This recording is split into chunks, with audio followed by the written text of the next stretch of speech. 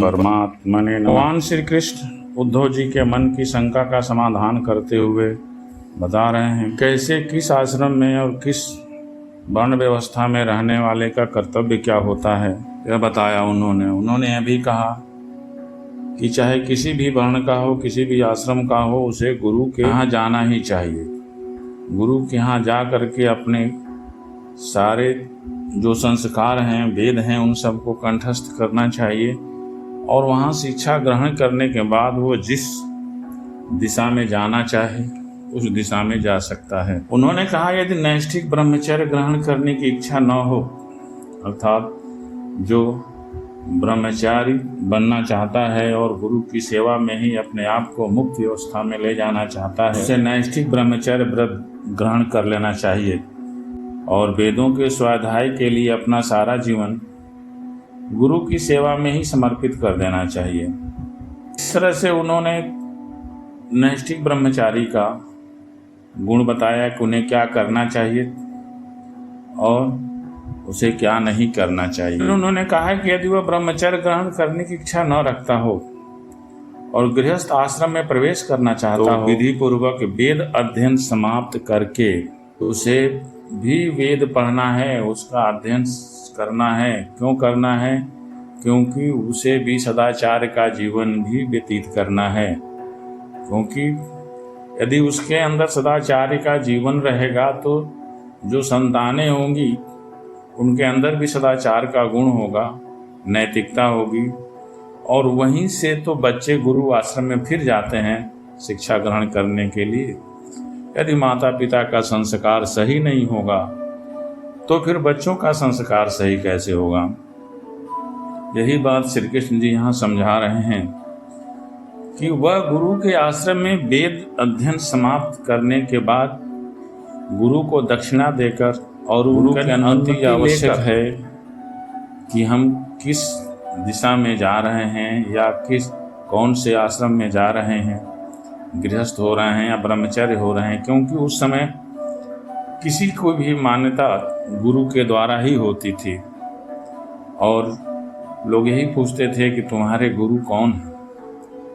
इसलिए वो किसी भी आश्रम में जाए उसे गुरु की अनुमति लेनी जरूरी हो। समावर्तन संस्कार कराना चाहिए। स्नातक बनकर ब्रह्मचर्य आश्रम छोड़ दे।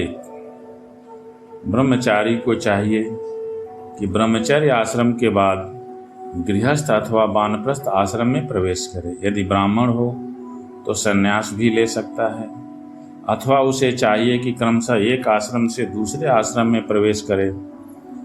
किंतु मेरा आज्ञाकारी भक्त बिना आश्रम के रहकर अथवा विपरीत क्रम से भी आश्रम परिवर्तन कर स्वेच्छाचार में प्रवृत्त हो, उसे ऐसा नहीं करना चाहिए। उसे स्वेच्छाचार में प्रवृत्त नहीं होना चाहिए कि जो मन में आए वही कर दे। हे उद्धव, यदि ब्रह्मचर्य आश्रम के बाद गृहस्थ आश्रम स्वीकार करना हो तो ब्रह्मचारी को चाहिए कि अपने अनुरूप एवं शास्त्रोक्त लक्षणों से संपन्न ऐसी कन्या होनी चाहिए कि जो उनके योग्य हो और उसे भी शास्त्र मालूम हो, शास्त्रों का ज्ञान हो और कुलीन कन्या हो। कुलीन का अर्थात उसके अंदर धर्मशास्त्र और नैतिकता की जानकारी हो, भरी हुई हो, उस कन्या से विवाह करना चाहिए। ऐसी अवस्था में अपने से छोटी और अपने ही वर्ण की होनी चाहिए। यदि कामवश अन्य का वर्ण की कन्या से विवाह करना हो तो क्रमशः अपने से निम्न वर्ण की कन्या से विवाह कर सकता है। यज्ञ, अध्ययन और दान करने का अधिकार ब्राह्मण, क्षत्रिय एवं वैश्यों को समान रूप से है।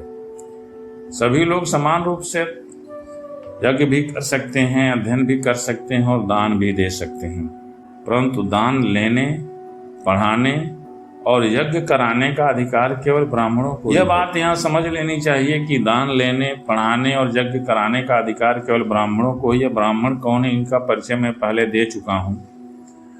उनके अंदर यदि वह गुण है तो वह तो वैसे ही उच्च होता है। समाज में कैसे समानता बनी रहे, समाज में किस बात का अध्ययन करने से समाज की व्यवस्था चलती रहे, सब ज्ञान उन लोगों को होता है। तथा उनके अंदर तपस्या भी होती है। और ब्राह्मण को भी चाहिए कि इन तीनों वृत्तियों में प्रतिग्रह अर्थात दान लेने की वृत्ति को तपस्या, तेज और यश का नाश करने वाली समझकर पढ़ाने और यज्ञ कराने के द्वारा ही अपना जीवन निर्वाह करे। ब्राह्मण का शरीर अत्यंत दुर्लभ है। यहाँ ब्राह्मण के शरीर की दुर्लभता को बता रहे हैं। इतना आसान नहीं है। यह इसलिए नहीं है कि इसके द्वारा तुच्छ विषय भोग ही भोगे जाएं। यह शरीर भोगने के लिए नहीं है। यह तो जीवन पर्यंत कष्ट भोगने, तपस्या करने और अंत में अनंत आनंद स्वरूप मोक्ष की प्राप्ति करने के लिए है।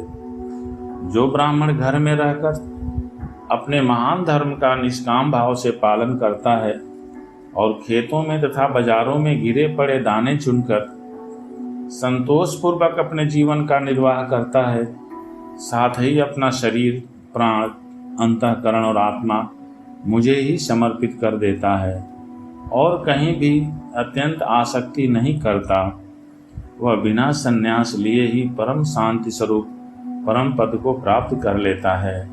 भले ही वह संन्यास ग्रहण करे या न ग्रहण करे, यदि उसकी जीविका ऐसी है तो वह मुक्त ही हो जाता है। जो लोग विपत्ति में पड़े कष्ट पा रहे हैं, मेरे भक्त ब्राह्मणों को विपत्तियों से बचा लेते हैं, उन्हें मैं शीघ्र ही समस्त आपत्तियों से उसी प्रकार बचा लेता हूँ जैसे समुद्र में डूबते हुए प्राणी को नौका बचा लेती है। यहाँ स्पष्ट कह रहे हैं, यदि कोई भी हमारे भक्त ब्राह्मणों को, ब्राह्मण कौन है इनका परिचय बार बार मैं पहले दिया हूँ, उनको वही समझना चाहिए। यह स्थिति व्यवस्था है, अवस्था है और भगवान ने उसी ब्राह्मण के लिए कहा है जिसके अंदर वही गुण हो। राजा पिता के समान सारी प्रजा का कष्ट से उद्धार करे, उन्हें बचाए जैसे गजराज दूसरे गजों की रक्षा करता है और धीर होकर स्वयं अपने आप से अपना उद्धार करे। जो राजा इस प्रजा की रक्षा करता है वह सारे पापों से मुक्त होकर अंत समय में सूर्य के समान तेजस्वी विमान पर चढ़कर स्वर्गलोक अर्थात वह भी लोकों का अधिकारी हो जाता है। यदि ब्राह्मण अध्यापन अथवा यज्ञ आदि से अपनी जीविका न चला सके तो वैश्य वृत्ति का आश्रय ले ले। ये विपत्ति के समय है। ब्राह्मण को विपत्ति के समय ही वैश्य वृत्ति धारण करना चाहिए, आश्रय लेना चाहिए, हमेशा नहीं, धन संचय के लिए नहीं। और उसको तभी तक करना चाहिए जब तक कि उसकी विपत्ति दूर न हो जाए। यदि बहुत बड़ी आपत्ति का सामना करना पड़े तो तलवार उठाकर क्षत्रियों की वृत्ति से भी अपना काम चला ले, परंतु किसी भी अवस्था में नीचों की सेवा न करे, जिसे श्वान वृत्ति कहा जाता है। इसी प्रकार यदि क्षत्रिय भी प्रजा पालन आदि के द्वारा अपने जीवन का निर्वाह न कर सके तो वैश्य वृत्ति, व्यापार आदि कर ले। बहुत बड़ी आपत्ति हो तो शिकार के द्वारा अथवा विद्यार्थियों को पढ़ाकर अपनी आपत्ति के दिन काट दे, परंतु नीचों की सेवा, जिसे श्वान वृत्ति का आश्रय कभी नहीं लेना है। श्वान वृत्ति उसको कहते हैं जो अपने नीचों के अधीन रहता है, जो उनके नीचे हों उनके अधीन रहता है, वह श्वान वृत्ति होती है। वैसे भी आपत्ति के समय जो शूद्रों की वृत्ति होती है, सेवा से अपना जीवन निर्वाह कर ले। और शूद्र का कार्य क्या होता है? सेवा करना। जो उनका सेवा है उसका आश्रय ले ले, परंतु केवल आपत्ति काल में। ये चार वर्ण मैं बार बार कह रहा हूँ कि इनका परिचय मैं पहले दे चुका हूँ। इनको साधारण जाति व्यवस्था से नहीं जोड़ना चाहिए। गृहस्थ पुरुष को चाहिए कि वेदाध्ययन रूप ब्रह्म यज्ञ, तर्पण रूप पितृयज्ञ, हवन रूप देव यज्ञ, अनेक प्रकार के यज्ञ करके प्राणियों की यथाशक्ति प्रतिदिन पूजा करता रहे। गृहस्थ पुरुष अनायास प्राप्त अथवा शास्त्रोक्त रीति से उपार्जित अपने शुद्ध धन से अपने भृत्य आश्रित प्रजाजन को किसी प्रकार का कष्ट न पहुंचाते हुए न्याय और विधि के साथ ही यज्ञ करे। गृहस्थ पुरुष कुटुंब में आसक्त न हो। गृहस्थ रहने का अर्थ यह नहीं होता है कि वह अपने परिवार में ही आसक्त रहे, उसी में रमा रहे।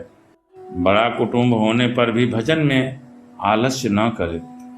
बुद्धिमान पुरुष को यह बात भी समझ, बड़ा कुटुंब होने पर भी भजन में आलस्य न करे। बुद्धिमान पुरुष को यह बात भी समझ लेनी चाहिए कि जैसे इस लोक की सभी वस्तुएं नाशवान हैं, वैसे ही स्वर्ग आदि परलोक के भोग भी नाशवान ही हैं, वो भी स्थिर नहीं है। ये जो रिश्ते नाते भाई बंद और गुरुजनों का मिलना जुलना है, यह वैसा ही है जैसे किसी प्याऊ पर कुछ यात्री इकट्ठे हो गए हों, सबको अलग अलग रास्ते जाना है। जैसे स्वप्न नींद टूटने तक ही रहता है, वैसे ही इन मिलने जुलने वालों का संबंध भी रहता है। शरीर के रहने तक ही रहता है, फिर तो कौन किसको पूछता है। शरीर नहीं रहने पर कोई किसी को नहीं पूछता है। गृहस्थ को चाहिए इस प्रकार विचार करके घर गृहस्थी में फंसे नहीं, उसमें इस प्रकार अनासक्त भाव से रहे मानो कोई अतिथि निवास कर रहा हो। जो शरीर आदि में अहंकार और घर आदि में ममता नहीं करता, उसे घर गृहस्थी के फंदे बांध नहीं सकते। भक्तिमान पुरुष गृहस्थोचित शास्त्रोक्त कर्मों के द्वारा मेरी आराधना करता हुआ घर में ही रहे, अथवा यदि पुत्रवान हो तो वानप्रस्थ आश्रम में चला जाए या संन्यास आश्रम स्वीकार कर ले। जो लोग इस प्रकार का गृहस्थ जीवन न बिताकर घर गृहस्थी में ही आसक्त हो जाते हैं और अनेकों प्रकार की कामनाओं में फंसकर हाय हाय करते रहते हैं और मूर्खता बस स्त्री लंपट और कृपण होकर मैं मेरे के फेर में पड़ जाते हैं, वे बंध जाते हैं। अर्थात गृहस्थ भी अपने उसी आश्रम में रहकर उन नियमों का पालन करके मुक्ति अवस्था में जा सकता है। उससे संसार या संन्यास लेने की आवश्यकता नहीं है, लेकिन उसे भी कुछ नियम पालन करने चाहिए। यदि वैसा करता है तो वह भी मुक्त हो जाता है, और यदि ऐसा नहीं करता है तो बंध जाता है।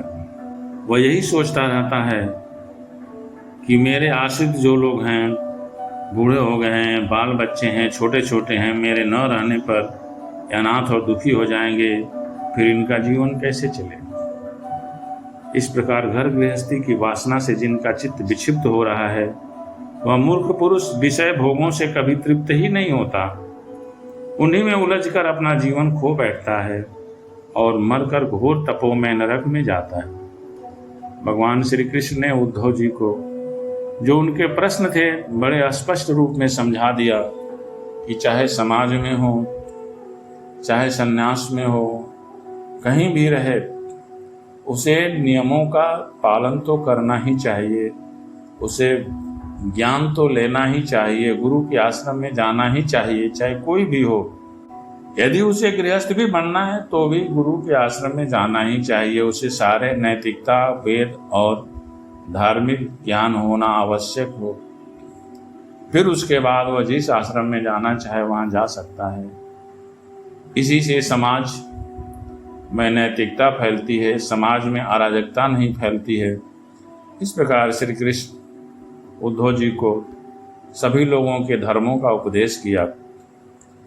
आगे हम देखेंगे कि वानप्रस्थ और सन्यासी के क्या धर्म होते हैं। जय माता की।